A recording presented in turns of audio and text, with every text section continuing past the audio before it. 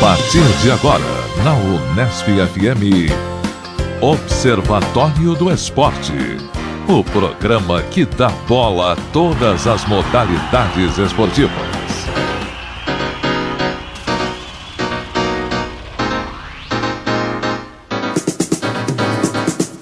Olá, ouvinte da Unesp FM. Hoje é sábado, 29 de junho de 2013. Começa agora o Observatório do Esporte. Eu sou Luiz Moraes. E eu, Júlio Penariol. No Observatório de hoje, informação e análise dos acontecimentos esportivos da semana. Confira uma reportagem sobre a incorporação dos blogs pelo jornalismo esportivo. Você, ouvinte, sabe a origem desta mídia? E qual foi o primeiro furo de reportagem noticiado por um blog? A história desses diários é recente, mas a evolução meteórica. Empresas de comunicação e conglomerados jornalísticos abrem cada vez mais espaço para os blogueiros produzirem informação. Entenda como funciona esse fluxo de notícias e saiba de quem é a responsabilidade pelo conteúdo publicado. Para explicar essa relação entre os blogs e o esporte, conversamos com o professor de jornalismo digital da Unesp, Ricardo Nicola, e com o jornalista e blogueiro bauruense, Fernando BH. Entrevistamos também o coordenador do Grupo de Pesquisa em Comunicação e Esporte da Intercom, a Sociedade Brasileira de Estudos Interdisciplinares em Comunicação, o professor Ari Rocco Júnior. Aqui no Observatório, a informação vai além das 4 linhas. Hoje na mesa teremos a participação de Carlo Napolitano, Tuca Américo, Zeca Marques, Luiz Moraes e eu, Júlio Penariol. E vamos aos destaques de cada integrante, começando com o palmeirense Carlo Napolitano. Olá, amigos. Hoje eu darei 2 vaias, uma para a seleção da Itália e outra para o jornalista Juca Kfouri. Zeca Marques está de volta à mesa do programa. E aí, Zeca, o que você preparou pra gente hoje? Eu vou vaiar o Carlo Napolitano, o Tuca Américo e aplaudir a Itália. O Zeca Marques é o nosso ombudsman. E aí, Tuca, você vai vaiar o Zeca Marques de volta? Quais são os seus destaques aqui? Não tenho tanta autoridade quanto o Zeca Marques. Eu tenho 4 temas que abordarei hoje. O primeiro é FIFA, o segundo é FIFA, o terceiro é FIFA e o quarto é FIFA. E você, Luiz, qual o seu destaque para hoje?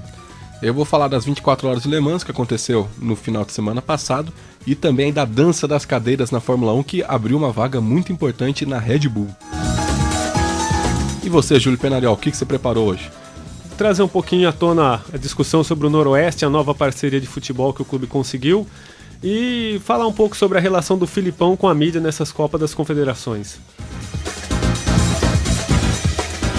Vamos começar então com a vaia para a Itália do palestrino Carlo Napolitano. Depois vai ter aplauso para a Itália. Vai ter uma confusão aqui hoje. Tipo, aplauso e vai para a mesma seleção. A Itália só tem jogadores do norte da Itália, por isso que ele tá nervoso, o Napolitano. Não, tem um aplauso sim. Tem um aplauso pro zagueiro, né? O Bonucci ou Bonucci, que chutou a bola para fora da arena na quinta-feira e propiciou aí o jogo tão esperado Brasil-Espanha no domingo. Como disse seu amigo Galvão Bueno, deu uma de Baggio. Deu uma de Baggio, foi isso mesmo que ele disse, né, Tuca? Deu uma de Baggio o jogo, mas acho que a bola foi fora do estádio, né? Tão forte, então tão alto quanto foi. Deu uma de Elano, então, né? Uma de Nelinho, né, mano? Nelinho, que chutava a bola por cima do Mineirão. Mas ficaria aqui não é nem um aplauso, mas um agradecimento a ele para concretizar esse duelo aí da Espanha e do Brasil. Mas a minha vaia vai para a seleção da Itália pelo desempenho, principalmente da defesa na primeira fase, né? Foi a terceira pior defesa da primeira fase da Copa das Confederações, ficando atrás do Tahiti, né, que levou 24 gols, e atrás do Japão, né, aquele jogo que o Tuca até comentou no programa passado, aí dos 4-3 entre a Itália e o próprio Japão. Eu ainda considero, Carlão, o jogo mais emocionante que ocorreu até agora dentro da Copa das Confederações. Foi Japão e Itália. Mas só para pontuar, a Itália ela fez 8 gols na primeira fase, tomou 8, né? Um saldo de gols de 0. Então a minha vaia é pela talvez mudança da postura tática, Zeca Marques, da equipe da Itália, que sempre teve a defesa como seu ponto forte. E agora na Copa das Confederações, ela em 3 jogos, referindo aí à primeira fase, ela foi vazada 8 vezes, 4 deles no jogo Brasil e Itália, que o nosso produtor, o Gabriel, estava presente, né, Gabriel? Olá, ouvintes. A viagem para Salvador foi realmente muito interessante, principalmente para quem é apaixonado por futebol. Tem algumas considerações muito positivas sobre o jogo, mas também algumas ressalvas. Uma coisa que foi muito interessante, o jogo, claro, como vocês sabem, assistiram também, foi ótimo, 4-2, emoção não faltou. Eu não vi muita presença de negros no estádio. Isso foi uma coisa que me chamou muito a atenção. Acho que, devido ao preço dos ingressos, um preço alto, e a condição talvez menos favorecida do negro na sociedade brasileira, e não sei se vocês notaram isso também nas transmissões e pela TV deu para perceber, acredito que tenha dado. Vou fazer então uma ponderação. Eu, semana passada, fiz um pequeno boletim, né, de 3 minutos, segundo o Carlos Napolitano, mas no Maracanã havia uma multiplicidade maior, né, inclusive social, a gente percebia isso. Ao meu lado, nos 2 jogos, sentaram 2 mulheres negras, e o Rio tem uma configuração étnico-racial que não chega a ser o que acontece em Salvador, mas mesmo assim, pelo que a gente está vendo, havia mais negros no Maracanã do que em Salvador. Agora, o ingresso que eu paguei foi o ingresso mais barato, que era a categoria 4 para residentes do Brasil. Eu paguei R$ 57,00 cada ingresso. E era um pacote fechado que me dava direito a os 2 jogos do Maracanã da primeira fase. Então, portanto, eu paguei R$ 114,00. Eu acho que para um evento desse porte, não me parece ser um valor absurdo. Não, obviamente que pensando na condição socioeconômica da população brasileira, isso pode ser um valor inalcançável para muitas pessoas. Mas para um evento desse porte, Tucamérico, se houvesse, por exemplo, um jogo de... Eu vou dar um exemplo. Quanto foi o ingresso? Eu não lembro agora. O Carlão talvez não. Quanto foi o Palmeiras e Noroeste aqui em Bauru, o preço do ingresso? Foi R$100. Então, quer dizer, qualquer show de uma celebridade que venha para o Brasil vai colocar ingresso a 200, 300, R$400, né? E aí tem o exemplo do jogo do Palmeiras, que custou esse valor absurdo num estádio que não oferece 10%, Gabriel, do que a gente teve, imagino, você na Fonte Nova e eu no Maracanã. Ainda um ponto muito positivo que eu achei do estádio a visão é excelente, você parece que está dentro do campo, se esticar o braço você consegue pegar o jogador, achei fantástico. O estádio, obviamente, pela quantia de dinheiro investida, muito bonito, muito fácil, o acesso muito fácil, os organizadores da FIFA tiveram, na minha opinião, pelo menos em Salvador, eu achei muito, muito bem organizado para entrar, muito fácil você chegar no estádio, pessoas da FIFA, voluntários da FIFA, com megafones, falando, a direção é essa, a direção é aquela. Inclusive em Salvador, muito bem-humorados, alguns voluntários cantavam, brincavam com as pessoas passando. Uma coisa que chamou a atenção foi a venda de cerveja dentro do estádio. É uma coisa que está proibida no Brasil há um tempo, mas eu acho que pode ser repensado isso, porque eu, como um apreciador até da bebida, posso afirmar que melhora a qualidade do espetáculo para alguns, para os que gostam. De quem joga ou de quem assiste? Para quem assiste, com responsabilidade.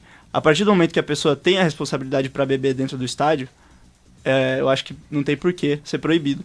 É só uma questão de ver se isso vai ser possível ou não daqui para frente. No estádio, nesse jogo específico, Brasil e Itália 4-2, com cerveja sendo vendida, e diga-se de passagem, a R$9 um copo de 500 ml, eu não vi problema nenhum, não vi briga nenhuma.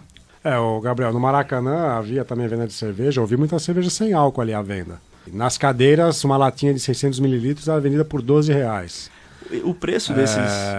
O que eu acho é que o público dos jogos que eu vi, pelo menos no Maracanã, não se assemelha nem um pouco com o público de um Flamengo e Vasco, de um Corinthians e São Paulo, Corinthians e Palmeiras, em dia de Campeonato Brasileiro ou Campeonato Estadual. Então havia muitas famílias, muitas mulheres, eu fiquei assustado com o número de mulheres na arquibancada do Camérico. Muitos casais, muitas crianças. Muitas famílias, crianças, né? E famílias, eu vi muitas pessoas de idade, senhoras, provavelmente avós, com os seus netos ali. E esse é um público que a gente não tem normalmente, ordinariamente, nos estádios brasileiros. Perdão para te corrigir, esse não é o público comum do futebol brasileiro. Não é o público. Exatamente. Então, obviamente, isso minimiza os conflitos. Agora, eu acho que num jogo com Gaviões da Fiel e torcida independente, com venda de cerveja à vontade no Morumbi, Pacaembu, no Fielzão, seja lá onde, eu tenho dúvidas, Gabriel. Um reflexo do contraste social e da desigualdade social na própria entrada do estádio. Você vê lá um estádio maravilhoso, como ficou a Arena Fonte Nova por fora, um estádio enorme, um templo ali, né, um bolo maravilhoso ali no meio da cidade de Salvador. Uma rua ao lado, atravessando a avenida, você tem a favela, um bairro, o bairro de Brotas, que é um bairro muito pobre, lá na cidade de Salvador. Fora isso, uma coisa que eu achei fantástica no momento do hino é o momento espontâneo, é o momento... a partir do momento que os torcedores brasileiros, os jogadores da seleção brasileira continuam cantando o hino, aconteceu isso nos 3 últimos jogos da seleção aqui nos estádios brasileiros, é uma coisa que eu achei fantástico, arrepia mesmo.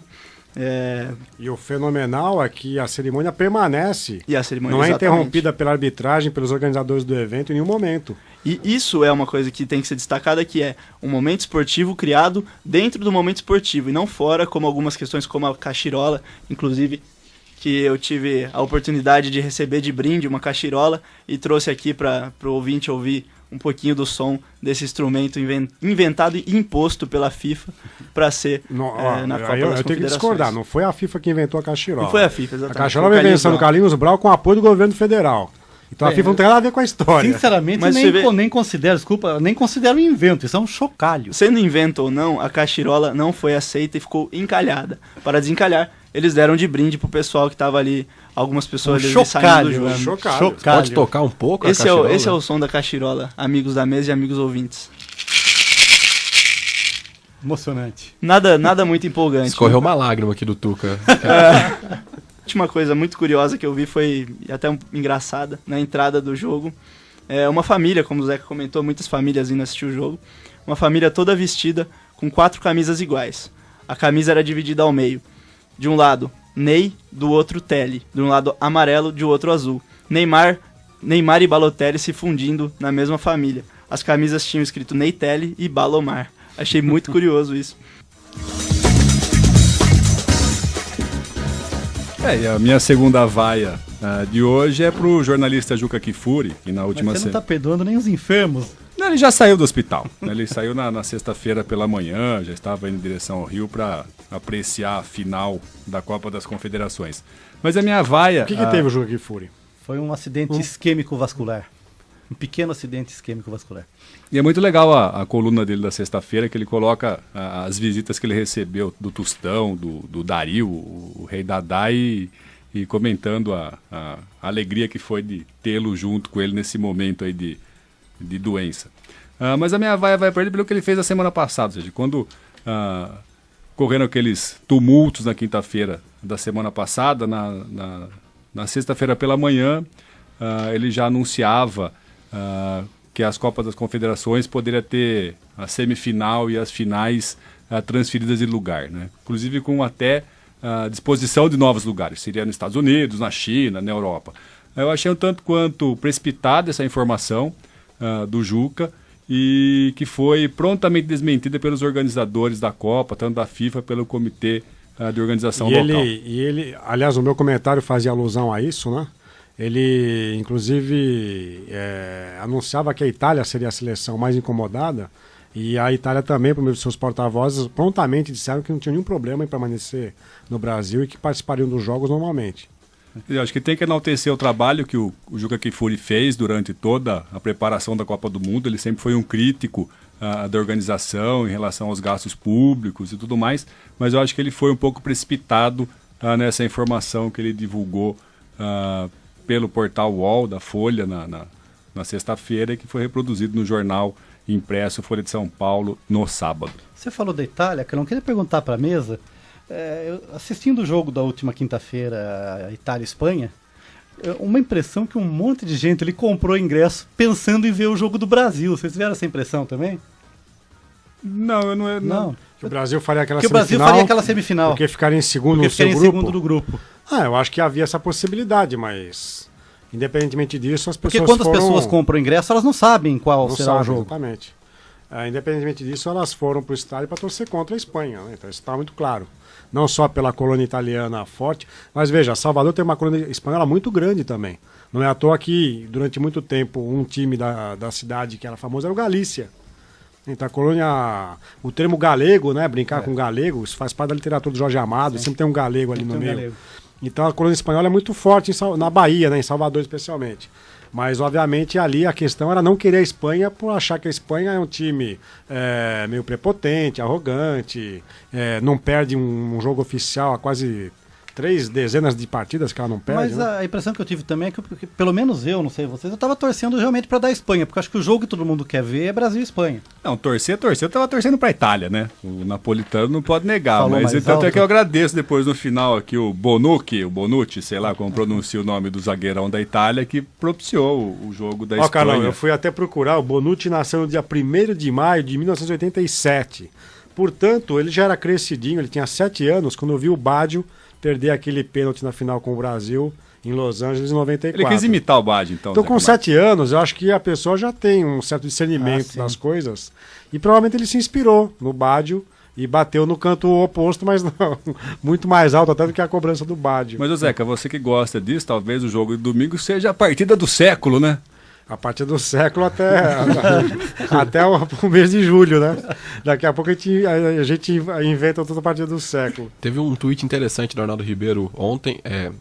Teve um tweet interessante do Arnaldo Ribeiro na quinta-feira, durante o jogo Espanha e Itália, né? Que a torcida torcendo pela Itália por ela ser a mais fraca, né? Tipo, entre as duas seleções. E há 10 anos atrás, nunca que alguém ia imaginar que ia acontecer isso no jogo Espanha e Itália. Mas não esse- desmerecendo a Espanha, mas anos atrás. Já terminou, Carlos Napolitano? Já. É a minha vez agora? Pode ir, pode ser. Não, porque na sequência você viria depois do Carlão, né? Então pode ser você Não, mesmo. que eu brinquei que ia vaiar o Carlão. Primeiro que eu acho que a Itália fez uma campanha extremamente interessante nesse campeonato. Até porque é um time que ficou desfigurado o torneio inteiro. A Itália não conseguiu repetir a sua escalação, né? Depois da primeira partida que eu assisti, Itália e México.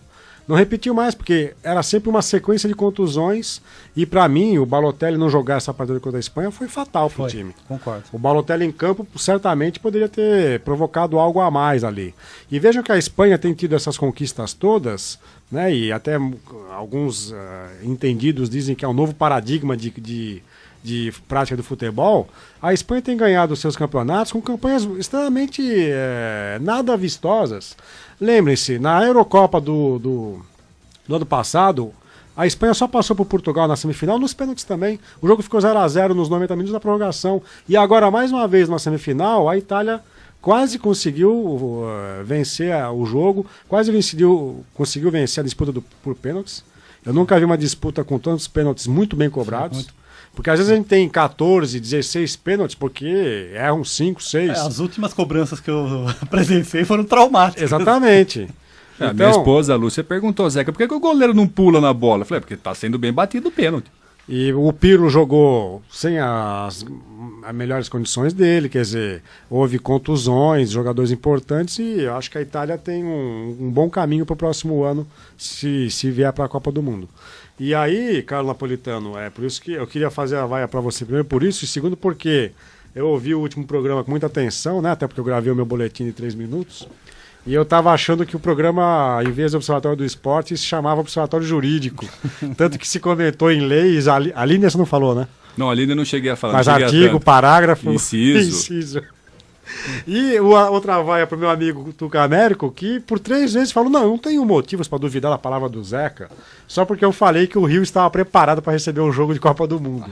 Mas como eu não tinha muito tempo. Até porque o nosso diretor, Fábio Fleury, me ligou, eu estava no aeroporto do Rio, prestes a embarcar para São Paulo.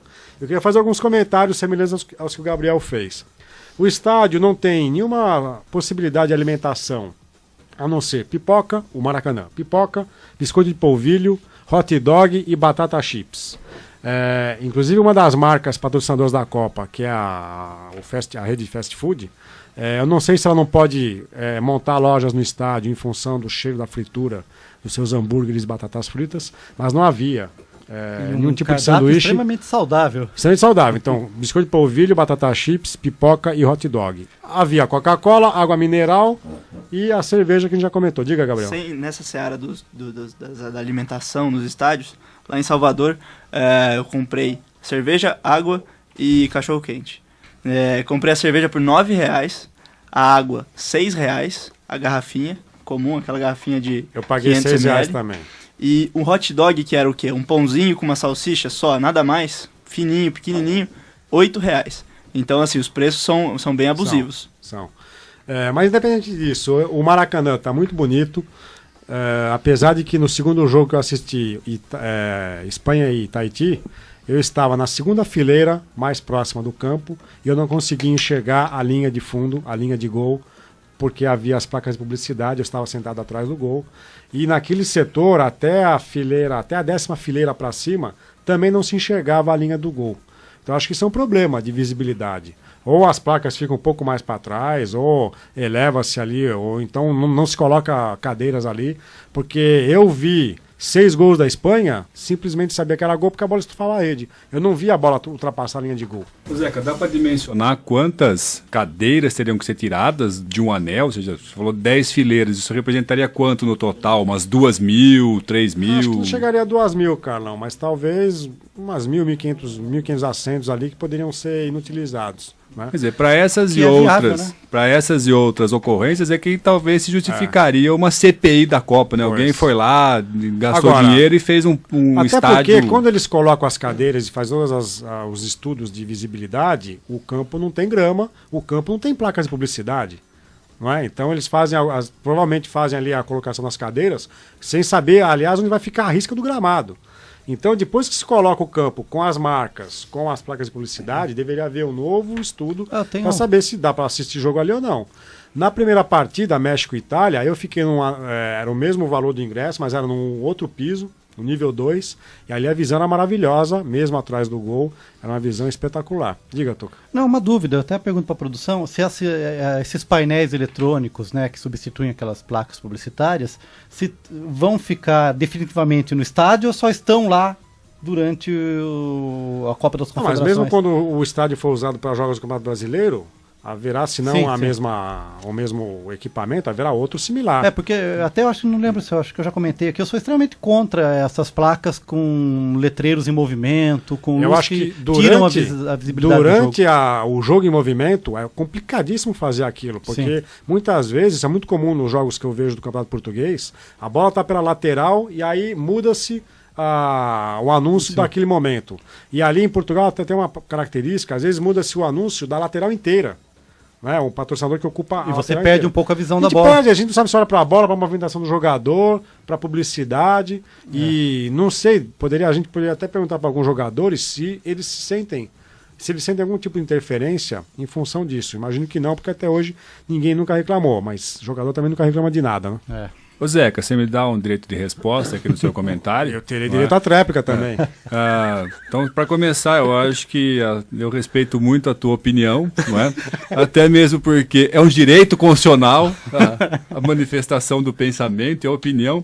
E é o seguinte, o Luiz acabou de falar no início do programa que o Observatório do Esporte, a informação vai além das 4 linhas, não é? E no blog do GCF, que o senhor coordena, está lá escrito que o esporte representa um fenômeno com múltiplas relações de análise e estudo. Eu acredito que uma dessas relações de análise e estudo pode ser sim o direito, Zeca Marques, não é? Então, eu continuo não tendo motivos para duvidar de Zeca Marques. Se as pessoas quiserem escutar um programa que trate somente do esporte dentro das 4 linhas, ele terá um programa na Rede Televisão, o Esporte Total, o Globo Esporte. Agora, aqui o nosso programa é diferenciado, meu caro. Não é? Muito bem, depois desse momento já lá. Eu acho que nós podemos fazer um comentário do esporte, mas não só a partir dele. Ou seja, trazer a contribuição que nós temos, não é? O próprio Gabriel fez um estudo agora antropológico sobre o jogo Brasil-Itália, né? Então cada um faz os seus comentários dentro da sua área de especialização. Fez até um estudo musical, que ele tocou a cachirola aqui. Cachirola. Data Vênia, Carlos Napolitano, eu não vou entrar nessa seara, porque senão vou ser processado fora do ar. Sim. Então também respeito a sua opinião. Passamos a bola então para Tuca Américo, que vai falar sobre a FIFA em 4 versões. Eu vou pular a última porque eu vou entrar em conflito com o seu tema, que é o Filipão. Pode falar. Daí que a gente fala junto. Conversamos juntos então depois. Bem, é o seguinte, não sei se vocês não estranharam aí um pouco, né, a presença da seleção brasileira lá em Minas, em Belo Horizonte, e ela não ficou hospedada ou treinou tampouco na Cidade do Galo quanto na Toca da Raposa. Né, que são considerados centros de elite em matéria de treinamento, de centros de treinamento de futebol no Brasil, talvez no mundo, não sei. Né? A verdade é que o Brasil acabou ficando no Sesc Venda Nova, né, e treinou também no Independência. Então fica uma coisa meio estranha. E daí uma matéria veiculada na mídia durante a semana diz que a cidade do Galo não foi indicada porque o próprio presidente do Atlético, o Alexandre Calil, não aceitou as condições da FIFA. Né? Então eu vou pedir aqui a liberdade para ler textualmente a citação do Alexandre Calil. Ele disse o seguinte: eu não assinei o documento que a FIFA me mandou para credenciar o CT. Disse que não. Teria que desalojar jogadores das categorias de base e atender outras exigências deles. Eles pedem tudo e não pagam nada. Não quis. Então acho que aí fica expresso um pouco do papel da FIFA, né? Que é uma coisa meio que parece que é bater carteira. É uma praga de gafanhoto. Vem, quer tirar tudo e não quer deixar nada. Né? Já em relação à Toca da Raposa, a informação oficial é que ela recebeu o convite, houve visitas técnicas, a FIFA visitou o local, certificou tudo bonitinho, mas ela não foi incluída na lista. E que algumas seleções ainda estão procurando, tentando entender, saber como funciona a Toca da Raposa para poder usar como centro de treinamento durante a Copa do Mundo. Né? Então esse seria o primeiro tópico. Não sei se alguém da mesa quer comentar alguma coisa. Né, mas eu tendo a concordar com a opinião do Alexandre Calil, que na verdade pede-se muito e deixa-se pouco em troca. Né? Em contrapartida, São Januário, o Vasco da Gama, né, não pensou assim e logo disponibilizou o seu campo para os treinamentos das seleções. A Itália treinou lá na primeira fase e o Brasil parece que treinou esta semana em São Januário. E até a capa de sexta-feira do jornal Meio-Dia era Síndrome do Vice. Né? Que o Brasil vai perder para a Espanha domingo porque treinou em São Januário na quinta-feira. Maldições à parte, Zé Camargo. E a capa do jornal era um fantasminha, né? Com aquele pano branco com o símbolo do Vasco da Gama no meio do pano. Eu mantenho minha teoria que eu espero que o Brasil perca da Espanha, porque todas as vezes que o Brasil ganhou a Copa das Confederações, ele não foi bem na Copa seguinte. Se é para ser supersticioso. Só fazer um pequeno comentário. O que aconteceu nessa Copa das Confederações foi fenomenal para o Neymar. A gente talvez não tenha dado a atenção devida. Porque o Neymar conseguiu jogar bem, marcar gols, ser decisivo. Praticamente 90% dos gols do Brasil são ou do Neymar ou de passe do Neymar. Né? Contra, por exemplo, o Uruguai. O primeiro gol foi um rebote do Fred num chute do Neymar e o segundo foi um escanteio cobrado pelo Neymar, gol do Paulinho. E o Neymar vai fazer a final contra os seus próximos colegas de clube e os seus próximos adversários, os do Real Madrid. Um belo batismo de fogo. Imagine se o gol do título vier do Neymar em cima do Cacilhas, né? Para o Cacilhas começar a se acostumar pro resto da temporada. Uma coisa interessante, acho que poucas pessoas comentam isso em relação ao Neymar, é a obediência tática do Neymar. Poucos jogadores na condição dele têm obediência tática que ele tem. Então isso para um técnico, às vezes as pessoas tendem a não pensar com a cabeça do técnico. Mas eu vou ter que fazer uma confidência aqui. Faça. Assistimos a última partida Brasil-Uruguai, nós três juntos, né? Carlos Napolitano, do Camérico e eu, numa reunião do GCF. Sim, era um estudo de caso. Estudo de caso. E Tucamérico, o Carlão lembra-se disso, Tucamérico ficou fascinado com o beijinho que Neymar encaminhou ao jogador uruguaio quando foi cobrar um escanteio pouco antes do gol. Sim, sim. E então percebi antes da mídia. Você não ficou fascinado só pela disciplina tática, você ficou fascinado pelo beijinho que o Neymar desferiu pro jogador uruguaio. Beijinho que vale bilhões. Ô Tuca, mas aí pode ter a mão do Felipão nessa mudança do comportamento tático do Neymar. Sim, mas o que eu queria enfatizar é isso, porque poucas pessoas pensam com a cabeça do técnico. E um jogador com as características do Neymar poderia ficar sossegado, só esperando a bola, ou fazer a parte dele, né? Marcar gol, cruzada, assistência. Ele tá voltando para marcar, ou ele tá matando a jogada lá na frente, a pedido do técnico. Não à toa, até antes do jogo contra o Uruguai, o Neymar era o jogador mais faltoso da Copa das Confederações, justamente porque ele tinha essa obrigação de marcar também. Parar o jogo. Júlio, diga, Júlio. Não, só para completar, acho que o Neymar ele tem que, na verdade, se acostumar mesmo a fazer isso, porque na Europa parece que é uma atitude típica do atacante. A gente viu o Brasil e o Uruguai, o Cavani, o atacante uruguaio, voltando o tempo inteiro, correndo o campo inteiro, marcando o lateral. Exatamente. Então acho que o Neymar... Você vai fazer uma comparação com o basquete, Júlio? Não chega a esse nível. Então acho que o Neymar tem que começar... Não, porque no basquete é um tipo de jogada comum, parar a jogada, né? Ah, sim, exatamente. Mas a única coisa que me incomoda no Neymar ainda é essa mania dele de simular, que eu acho que quando ele chegar na Europa ele vai aprender rapidinho que isso não é legal, não. Eu acho que ele nem precisaria simular tanto, né? Eu acho que tem uma questão que é ele se desvencilhar dos golpes, né? Aquela coisa meio acrobática, meio judoca. E outra simulação, o teatro que ele está abusando, isso eu concordo também. Bem, vou para o meu segundo tema aqui, daí eu vou pedir o auxílio luxuoso do nosso ex-árbitro Zeca Marques, né?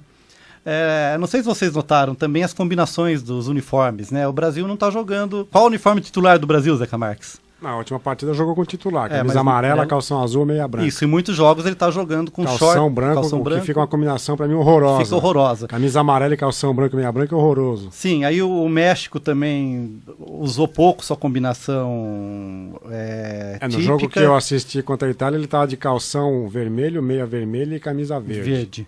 Né? E ele nunca tinha... Eu vi essa matéria do UOL, né? UOL. Ele nunca tinha feito essa combinação anteriormente. Então, e a justificativa é que a FIFA diz que uniformes com tons, com cores iguais ou tons parecidos devem ser evitadas. Eu tenho uma opinião que... E isso que eu quero perguntar, qual que é a sua opinião? Porque eu queria só justificar um pouco antes. Ela, de certa forma, ela é concordante com a determinação da FIFA. Porque quando eu atuava como árbitro e como assistente, com bandeirinha, às vezes... clubes com cores iguais em peças diferentes. Então, às vezes um time tinha a camisa branca e o outro tinha o calção branco. É difícil de... Veja, numa perspectiva de campo, que você está na linha do gramado, o jogador que está a 50 metros distante, ele pode se confundir com algum que esteja a 30 metros. E aí, eu acho que até para a questão do colorido da transmissão esportiva, é mais interessante um time com tonalidade mais branca e outro com tonalidade mais escura. A NBA faz isso. Todos os jogos da NBA, um time está sempre de branco e o outro sempre com uma cor, seja vermelho, verde, preto, amarelo. Então eu não vejo o problema, porque a NBA faz isso há décadas. Então a NBA usa um time com camisa, calção e meia de uma cor, normalmente é o branco, todos têm um uniforme branco e todos têm um uniforme principal, que é o colorido. O nosso Júlio Penariol, que é o homem do basquete, pode, inclusive, fazer alguma... É bem isso mesmo, Zé. O time mandante, normalmente, ele joga com uniforme escuro e o visitante joga com claro. Todos têm um uniforme branco, tanto realmente. Que quando a NBA faz o jogo das estrelas, né, que vai um jogador de cada time eleito pela internet, o que acontece? Cada jogador usa a camisa do seu time e consegue se fazer uma seleção, porque o time do leste, por exemplo, joga de branco. E aí você vai ter o detalhe branco com azul, branco com verde, branco com vermelho. E o time do Oeste joga com as camisas coloridas, escuras. E é possível, então, ter um belo jogo, né, Júlio? Em que um tá com uma camisa verde, vermelha, azul, preta, e não confunde porque o adversário tá todo de branco. E representando o seu clube, que é legal, né? Você vê defendendo a conferência com a camisa do seu clube. Exatamente. Muito Mas bem. isso aí não seria interessante nas seleções, né? Porque daí o Brasil teria que voltar a jogar com a camisa branca, né, Zeca Marques? Aliás, a gente vai ver agora o fantasma do Maracanã, se ele volta a se perder para a Espanha, né? Vamos aposentar a camisa amarela, Carlos Napolitano? Não pode. Não.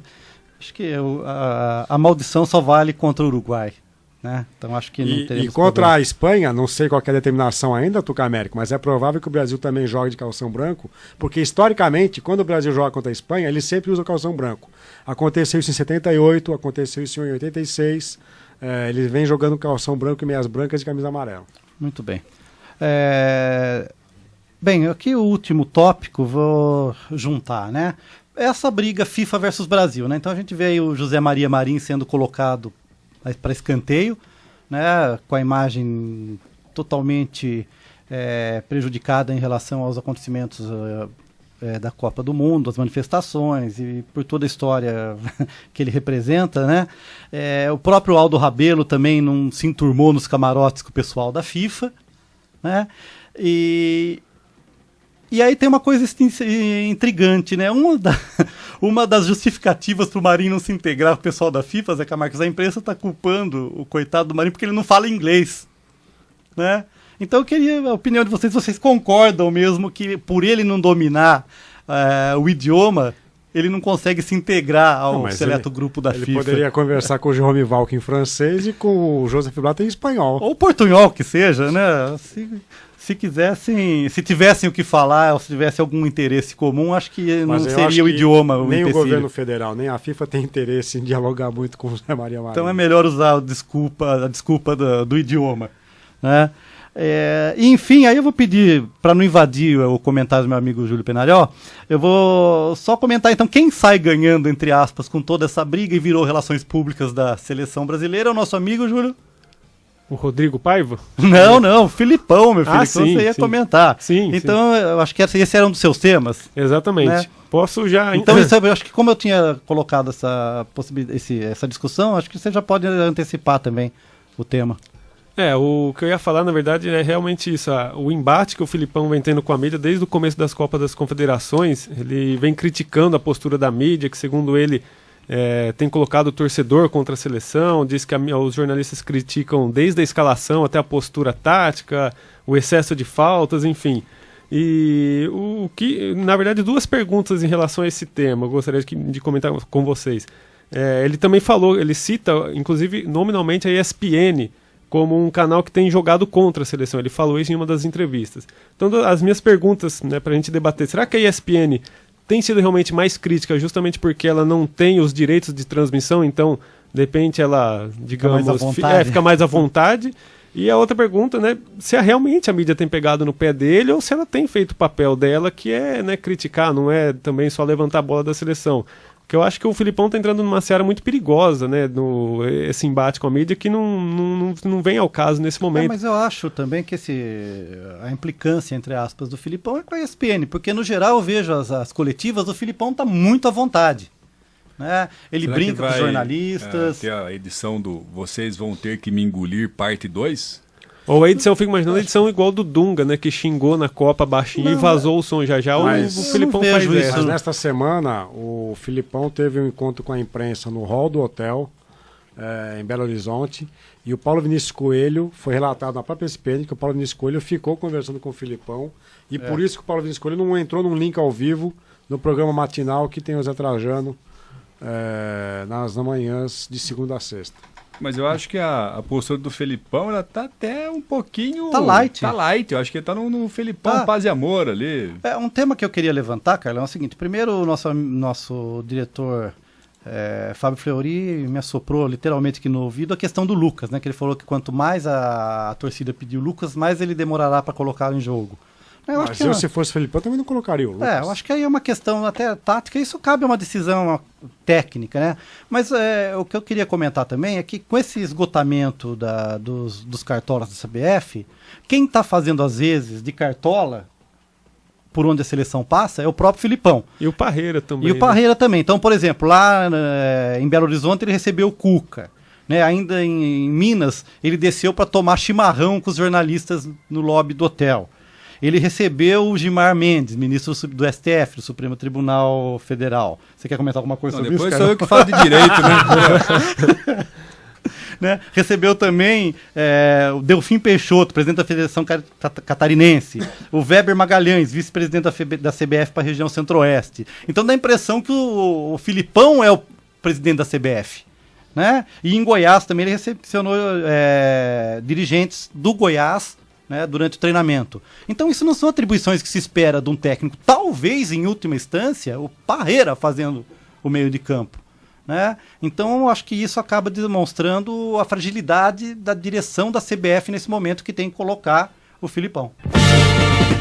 Vamos continuar então com mais um comentário aí de Júlio Penariol. É mais local agora. É mais local, é rapidinho, sobre o Noroeste. Local, mas não menos importante. Mas não menos importante. O Noroeste, essa semana que passou, anunciou a nova parceria para gerir o futebol do clube. Então, pela primeira vez, ele vai ter uma empresa gerindo desde o futebol de base até o futebol profissional. Alguns pontos que me deixam um pouco preocupado em relação a essa parceria é que, primeiro, a pessoa que fez a ligação entre a parceria e o clube, que era o Luciano Sato, um cara que praticamente era um faz-tudo dentro do Noroeste, ele foi desligado do Noroeste a partir do momento em que a parceria foi assinada. Então isso já deixa uma pontinha de dúvida no ar por que aconteceu isso e ninguém explicou muito bem. A segunda é que é uma parceria que não é a primeira vez que ela vai atuar como nesse ramo. Ela é uma parceria que chama FL Works and Sports. FL é de Fabiano Laranjeira, que parece que é um ex-jogador de futebol.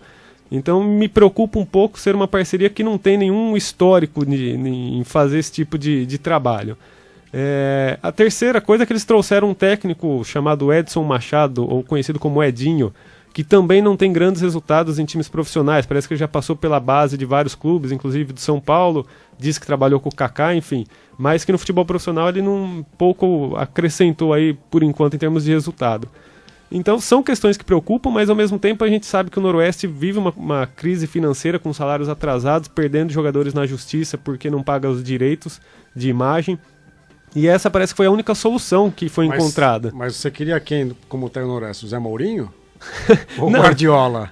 Ou alguém pelo menos com mais passagem por clubes do interior, que conheçam, né, a Copa Paulista, a Série A3. O Luiz Carlos Martins. Luiz Carlos Martins, o bauruense Luiz Carlos Martins.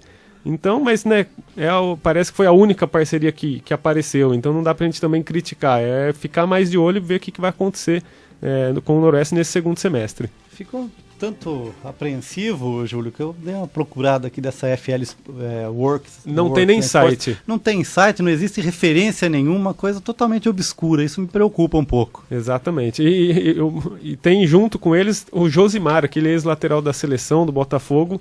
Ele vai ser um gerente aí do Noroeste, ele também não tem, né, traquejo com essa profissão, acho que vai ser a primeira vez que ele vai trabalhar com isso, então é tudo uma primeira vez e a gente vai ter que ficar de olho para ver os resultados disso lá na frente. E para finalizar, então, os comentários do automobilista Luiz Moraes. Bom, falamos tanto de Copa das Confederações, eu também vim assistindo os jogos da Copa, mas eu vou falar de automobilismo, que para mim é muito mais interessante, mas isso é um comentário pessoal. O Luiz Moraes não é automobilista, ele é um apreciador do automobilismo. Não, é que pra mim até é quase um piloto. Você não compete. Não, você quase um eu piloto. corri de kart uma vez De e cheguei Autorama? em quarto. De Tinha quatro. quatro, Tinha 4, eu cheguei em quarto. Então você chegou atrás do Barrichello? Ele não correu, mas Ele chegou senão ele atrasado chegaria em pra prova, segundo. Mas eu vou falar das 24 horas de Le Mans que teve no último final de semana, iniciado no sábado, encerrou no domingo lá na França. E tivemos um vencedor já consagrado na pista francesa, que é o dinamarquês Tom Kristensen, que é o dinamarquês que já mais venceu na categoria, foi para a 9ª vitória, a primeira vitória dele foi em 97, e ele venceu na categoria principal, que é bom sempre lembrar que nas provas de endurance existem 4 categorias, sendo que, logicamente, uma categoria mais rápida que a outra, a principal é a LMP1, que foi essa que o Kristensen venceu, ao lado do Alan McNish e do francês Loic Duval. McNish, inclusive, ex-piloto da Fórmula 1, correu pela Toyota em 2002. Tivemos um brasileiro no pódio nesta categoria, que foi o Lucas de Grassi, que agora está entrando aí no mundo das pistas, das corridas longas. Ele ficou em terceiro com um carro da Audi. Lembrar que a Audi mandou 3 carros para essa categoria, o Lucas de Grassi correu com o carro número 3 da Audi. O vencedor foi um carro da Audi também, mas o número 2. O número 1 enfrentou problemas durante a corrida, que era inclusive o trio vencedor do ano passado, com o alemão André Lotterer, o suíço Marcel Fasler e o francês Benoît Trelouet. Se o Tuca vê alguma pronúncia errada, eu acho que foi todo errado, na verdade. O francês é com o Zeca Marques. Mas todas as pronúncias aqui, eu acho que foram mais abrasileiradas, nem a portuguesa, foram abrasileiradas as pronúncias aqui, mas esse trio vencedor do ano passado ficou em 5º. E outro brasileiro também que correu foi o Bruno Senna, que largou na pole na sua categoria. Ele correu na 3ª categoria desses carros, que é a GTE Pro. Ele estava com o carro da Aston Martin. Só que o companheiro do Bruno Senna, lembrar que sempre são em trios, um francês, o Frédéric Makoviec, ele acabou batendo e com isso abandonou, enquanto o carro estava na liderança da categoria. E infelizmente aí não tivemos uma vitória do brasileiro, que ainda não teve na Le Mans.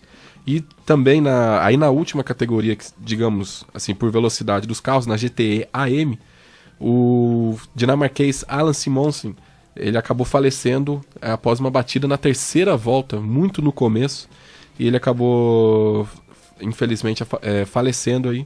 Ele até resistiu, ele saiu do carro, mas 3 horas depois acabou não aguentando os ferimentos. Então, deixar aí os pêsames aí para o dinamarquês. E também falar que temos uma vaga na Fórmula 1 agora, Uma vaga muito boa. Você vai se candidatar, Luiz? Eu vou me candidatar. Vai se candidatar, Ju. O Felipe Massa já se candidatou a ela, inclusive, que é a vaga da Red Bull, para ser companheiro do Sebastian Vettel. O Marco Webber já assinou contrato com a Porsche, que inclusive venceu na GTE Pro, que o Bruno Senna acabou abandonando. Então o Marco Webber já está com contrato assinado para o ano que vem para correr no Endurance. Então vai surgir essa vaga dele, que está sendo disputado pelos dois pilotos atuais da Toro Rosso, o Daniel Ricciardo e o Jean-Eric Vergne, e também pelo Kimi Raikkonen, que não tem contrato ainda para 2014, pode sair da Lotus aí para a Red Bull, ainda mais que a Lotus já está mostrando aí que pode ficar fraco. Quem você varia? Eu levaria o Kimi Raikkonen sem sombra de dúvidas. Agora no Observatório vamos falar da relação entre os blogs e o jornalismo esportivo. Cada vez mais novas ferramentas são utilizadas no jornalismo digital. Mecanismos que antes eram usados apenas por usuários comuns, agora fazem parte do dia a dia de empresas e profissionais de comunicação da internet. Entre os que mais se destacam estão as redes sociais, como o Facebook, o Twitter e os blogs. Inicialmente utilizados como diários pessoais, os blogs não tinham participação massiva nos meios de comunicação. Em 1998, pela primeira vez, um diário virtual deu o primeiro furo de reportagem internacional. Tratava-se do escândalo entre Bill Clinton e a estagiária Mônica Lewinsky. O coordenador do Grupo de Comunicação e Esporte da Intercom e professor de Marketing e Gestão do Esporte da USP, Ari Rocco, conta como surgiu esse gênero. A internet, comercialmente no Brasil, ela começou a ser utilizada em meados dos anos 90, 95, 96, 97 em diante. E aí os blogs começaram a surgir um pouquinho depois disso, por volta dos anos 2000, 2001, 2002. Onde eles surgiram principalmente no formato de diário, como se fosse um diário das pessoas falando sobre sua vida, o que elas tinham feito, algo mais ou menos como funciona o Facebook hoje, né? Onde as pessoas postam, hoje eu fiz isso, hoje eu fiz aquilo, etc. Então os blogs eles nasceram com esse formato de diário, era como se fosse um diário eletrônico, lá por volta dos anos 2000, e aí depois eles foram evoluindo para um formato mais temático, e aí esse lado de diário ele deixou de ser utilizado porque as ferramentas mais apropriadas, como o Facebook, foram apropriadas para isso. Ari explicou ainda que existem dois tipos de blogs. Os institucionais, vinculados a empresas de jornalismo e grandes conglomerados de comunicação, e os independentes, que são formadores de opinião e sem vínculo editorial. Fernando BH é jornalista e responsável pelo blog Canhota 10, que noticia o esporte bauruense. O blog surgiu em 2010 em uma plataforma independente e atualmente está hospedado no portal Globesport.com desde agosto de 2012. Fernando é editor de esportes de uma editora local e explica como surgiu a ideia de criar a página. O blog surgiu em julho de 2010. Eu já trabalhava com esporte na editora Astral, mas fazendo guias de Campeonato Brasileiro, de Copa do Mundo, enfim, de grandes eventos esportivos e daqui da redação, que era uma coisa mais de informações, tabela, enfim. A cobertura presencial do evento esportivo era uma carência que eu, como profissional, tinha, e o blog me permitiu isso. Desde que eu criei o blog, eu comecei a acompanhar de perto o Noroeste e o Bauru Basquete. Até brinco, falava isso na ocasião, que o meu Maracanã, meu Santiago Bernabéu é o Alfredo Castilho, meu Madison Square Garden é a panela de pressão, porque o evento esportivo ele tem o seu brilho e a sua emoção em qualquer instância, né? E assim surgiu o blog e fui conquistando leitores e hoje ele está estabelecido aí como veículo de informação esportiva em Bauru.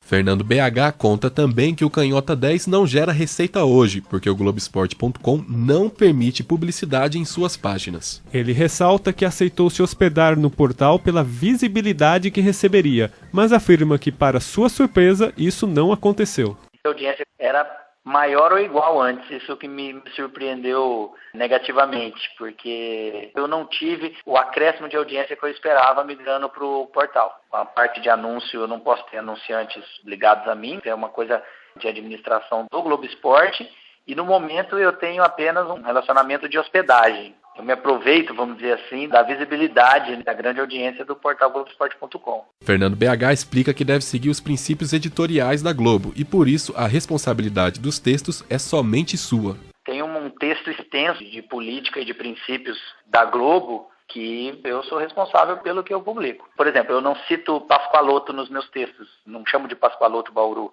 porque é um princípio editorial da Rede Globo. Então, assim, eu tomei o cuidado de ler esses princípios e também fui orientado para isso, para não sair da linha editorial. Mas também nunca fui questionado em relação às críticas que eu faço, porque eu tenho uma postura vigilante em relação aos times, e nunca me veio nenhuma observação de pegar leve. Quanto a isso, tenho liberdade, até porque eu sou responsável pelo que eu publico. O professor Ari Rocco pensa diferente e acredita que a responsabilidade pela informação é de ambos, tanto do blogueiro quanto do portal que hospeda o blog. Eu diria de ambos. Normalmente, os veículos de comunicação, né, eles têm a tendência de colocar como se fosse um editorial. Não nos responsabilizamos. Então, a responsabilidade pela informação é única e exclusivamente do blogueiro. É óbvio que a partir do momento que o blogueiro começa a colocar informações que de uma certa forma contradizem a linha editorial do veículo a que ele está preso, esse veículo pode decidir não mais dar espaço para ele aportar seu blog lá.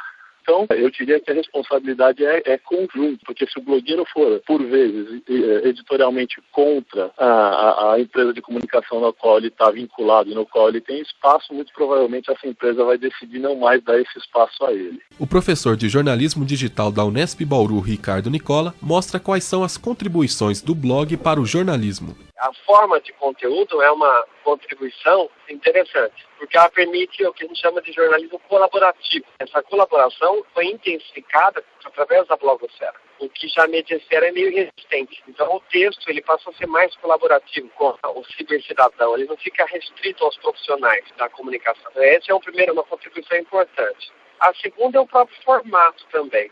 A blogosfera ela permite uma veiculação mais híbrida de conteúdo. Então você tem outras formas de conteúdo que se associam aos formatos da blogosfera. Nicola afirma ainda que as características opinativas dos blogs casam com o jornalismo esportivo. O que faz com que a blogosfera seja um território muito forte, muito representante do jornalismo esportivo, é a sua característica opinativa mais forte. Então, esse é um ponto que faz com que o jornalismo esportivo encontre um diálogo interessante com a blogosfera. O professor de marketing e gestão do esporte da USP, Ari Rocco, teme que a cobertura esportiva através de blogs e mídias sociais se torne rasa e pouco aprofundada. Agilidade nem sempre significa qualidade. Eu prefiro, por exemplo, reportagens mais investigativas, mais profundas, análises mais detalhadas, mais trabalhadas, mesmo que isso signifique você soltar uma informação um pouquinho depois do seu concorrente. Meu receio é que as mídias sociais, pela instantaneidade e pela velocidade, passem a colocar na cabeça das pessoas uma busca por uma informação mais supérflua, por uma informação mais superficial, onde o aprofundamento, o detalhamento não seja buscado. E, infelizmente, eu acho que é isso que os principais grupos de comunicação querem, né? Cada vez mais o esporte ele é visto como entretenimento e, portanto, quanto mais informação circular, quanto mais produtos eles vender, melhor. E aí o aprofundamento da notícia, a investigação, etc., isso é deixado de lado em prol do espetáculo, em prol do você vender mais jornais rapidamente e assim por diante. Por último, o blogueiro pauruense Fernando BH incentiva a prática de atividades jornalísticas em blogs pessoais para treinamento. Imagino que muitos estudantes ouvem o Observatório do Esporte. O blog, principalmente nessa fase, ele é importantíssimo para exercer o jornalismo, a reportagem, para experimentar, para desenvolver o seu texto. É um exercício muito bom. Então, sugiro que façam isso e não se preocupem com a audiência, não se preocupem com quantidade de comentários, que é cada vez mais escasso mesmo em blog. O pessoal lê o seu texto no blog e comenta lá no Facebook. Então, assim, acima de tudo, aproveitem para exercitar. É uma dica que eu dou para os estudantes. Agradecemos aos professores Ari Rocco e Ricardo Nicola e ao jornalista e dono do blog Canhota 10, Fernando BH, pelas entrevistas concedidas. E agora vou passar a bola para nossos amigos aqui do Observatório do Esporte, que estão aqui na mesa para dizer quais blogs vocês leem. E primeiro, antes de citar os blogs aqui para deixar de indicação para o pessoal que está nos ouvindo, o que vocês acharam aí desses comentários em geral sobre os blogs? Bem, eu acredito, Luiz, que eu concordo com o Fernando BH que o blog hoje é uma ferramenta muito importante, mas também me incomoda um pouco essa pasteurização promovida, como exemplo dado pelo Fernando BH, do Globoesporte.com. Que vantagem tem um jornalista em criar seu blog? Ele cria um blog, ele tem um grupo de seguidores e passa a fazer parte de um portal e não tem uma contrapartida, não tem benefício nenhum. Pelo contrário, tem uma pasteurização visual do seu blog, né? Ele passa a ser responsável por aquilo que ele escreve. Eu acho que isso está tudo bem, eu concordo com o Ari também, mas eu acho que a pessoa que assina o blog é também o responsável pelos comentários. Depois, se o Carlão quiser fazer algum comentário sobre isso, ele pode fazer. Se o Zeca não ficar bravo, se não ficar bravo, se você não citar a linha... Né? Mas eu acho que a responsabilidade é dos dois. Eu acho que é dos dois também, eu também concordo. Ô Zeca, né? Mas aí talvez tenha um vácuo jurídico pela não recepção da lei de imprensa, não é? A lei de imprensa tratava disso, né? Fazer uma transposição da mídia impressa para o blog, ela atribuía responsabilidades. Vou reservar meu direito de ficar calado diante disso. E hoje não tem essa previsão legal. Então o Ari está correto nesse sentido. Se tem a hospedagem de um blog por um portal, a responsabilidade do portal também. A minha dúvida é o seguinte: então, se o Globo Esporte ele promove uma pasteurização, ele captura os blogueiros para ele e não tem remuneração, ele está, na verdade, sufocando a concorrência. Já está matando no ninho. Então eu não creio que isso seja interessante. Né? Em relação à fala do professor Nicola, envolve outra questão que é meio complicada, que é do jornalismo cidadão. Né? Jornalismo cidadão é jornalismo? Essas pessoas, entre aspas, aqui, amadoras no sentido de amar o que faz, de fazer por amor aquilo.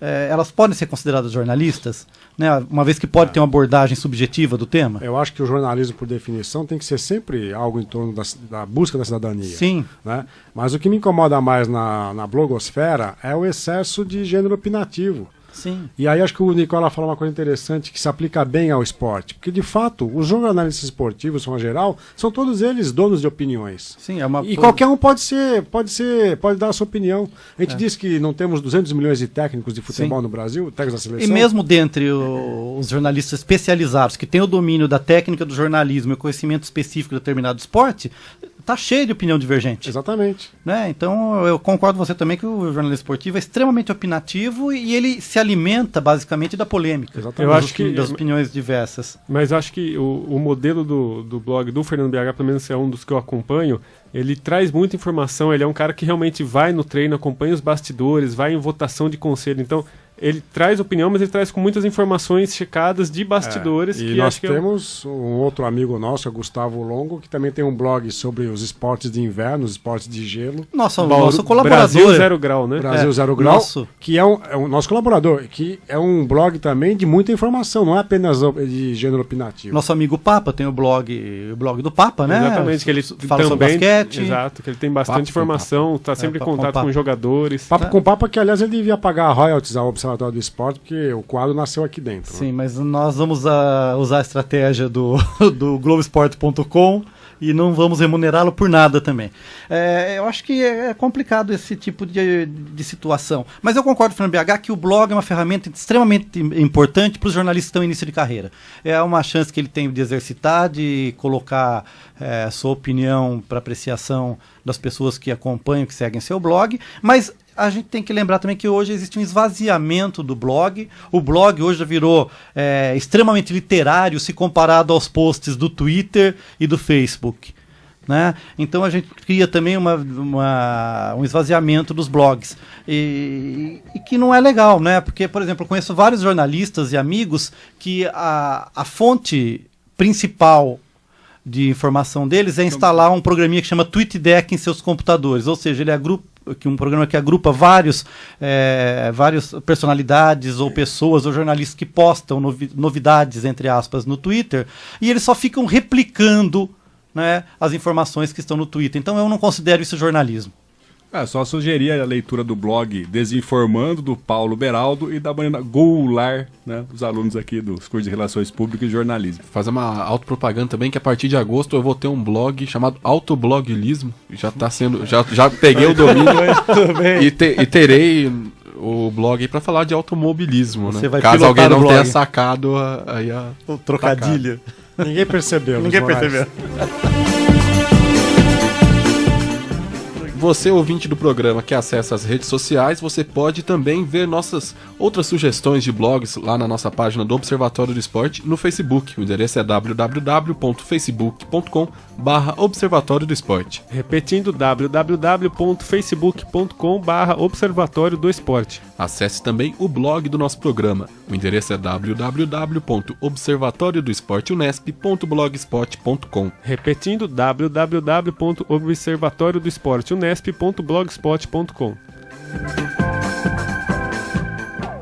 O Observatório do Esporte chega ao fim. Locução de Luiz Moraes e Júlio Penariol. Comentários de Tuca Américo, Carlo Napolitano e Zeca Marques. Equipe de reportagem Fernando Martins, Gabriel Cortez e Vinícius Martins. Direção de Fábio Fleury. Produção técnica de Silvestre Oliveira. O Observatório do Esporte é um projeto de extensão universitária financiado pela PROEX, a Pró-Reitoria de Extensão da Unesp. O Observatório é coordenado pelos professores doutores Marcos Américo, José Carlos Marques e Carlo Napolitano. Até a próxima semana. Até lá, Observatório do Esporte, informação além das 4 linhas. A Unesp FM apresentou Observatório do Esporte, o programa que dá bola a todas as modalidades esportivas.